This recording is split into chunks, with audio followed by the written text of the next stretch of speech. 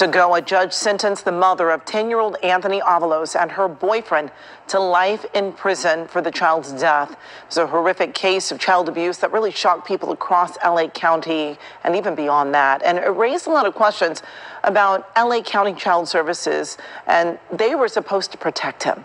KCAL News reporter Cara Fenstrom is live with the sentencing. Cara. Amy, about 80 people showed up and packed this courtroom this morning. Anthony's father, his young siblings, his extended family all came with pictures of him pinned to their chests. The judge told all of them that he believed the biological mother and her boyfriend intended to kill Anthony, and then he handed down the maximum sentence to both of them. Each defendant is ordered to serve life without the possibility of parole.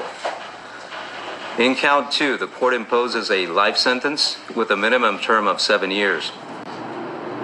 This sentence is stayed pursuant to 33-year-old Heather Barron and her boyfriend, 37-year-old Kareem Ernesto, who had both already been found guilty of first-degree murder and torture, largely sat in the courtroom today. She showed some emotion when family members say the woman they once loved turned into a monster. Today, some of them spoke to the judge, saying they wanted everyone to know Anthony was loved, and his murder has caused unimaginable hurt and devastation. Only 30 minutes after Anthony was taken off the machines, he was gone.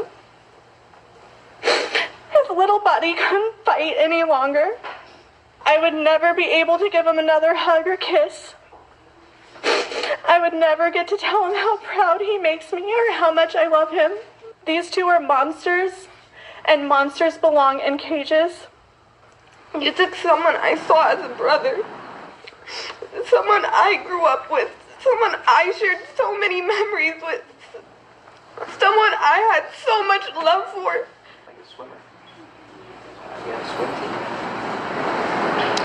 Barron and Ernesto had both also been indicted on charges of child abuse involving some of Anthony's 6 half-siblings. Family members say they continue to wake up from nightmares feeling unsafe. Anthony was 10 years old when he died back in 2018. Prosecutors said he'd been brutally beaten, deprived of water, and dropped on his head repeatedly. Prosecutors maintain horrific abuse went on for 5 years at that Lancaster home, with the county receiving at least 13 different reports of incidents like food and water being denied, beating, sexual abuse, and children being dangled from a stairwell. Sobbing family members say they pleaded with social workers to remove the children from the home, but that their pleas were not heard. The Avalos family did sue LA County, saying the system failed their children, and last year the county settled for $32 million. Now they say they're calling for changes so other children do not have to suffer like they did. And back here live, also in that courtroom today, was the family of Gabriel Fernandez. You may remember back in 2013, he was also tortured and killed by his biological mother and her boyfriend. These two families did not know each other before these separate tragedies. Now they say